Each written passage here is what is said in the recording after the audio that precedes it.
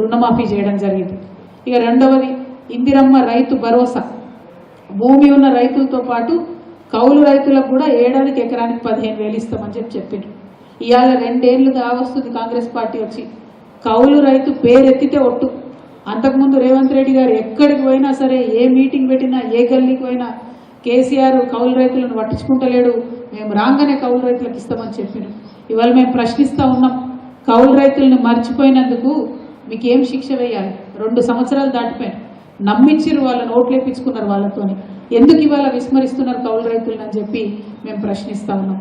ఇక అసలు రైతు సంగతి చూస్తే, మనం కేసీఆర్ గారి సమయంలో రైతు బంధు తప్పకుండా ప్రతి ఒక్క సీజన్లో ఇచ్చినాం. ఇవాళ ఏం చేసిండ్రు? ఈ రేవంత్ రెడ్డి గారు వచ్చి 4 సీజన్లు అయింది. మొదటి సీజన్ కేసీఆర్ గారు ఎన్నికల కన్నా ముందు ఏవైతే పెట్టిరో ఆ డబ్బులు యాస్టీస్గా ఇచ్చిర్రు. అందులో ఆయన గొప్పతనం ఏం లేదు, కాంగ్రెస్ పార్టీ గొప్పతనం ఏం లేదు. ఆ తర్వాత ఒక సీజన్ కంప్లీట్గా ఎగబెట్టిర్రు రైతులకు. ఆ తర్వాత 3వ సీజన్ ఏం చేసిండ్రు? సగం మందికి ఇచ్చి అన్నట్టుగా ఇచ్చి వదిలేసిండ్రు.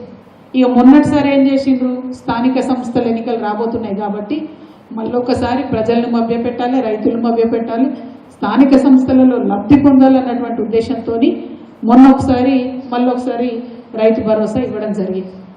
అది కూడా వాళ్ళు చెప్పినంత ఇస్తలేరు, తక్కువ ఇస్తున్నారు.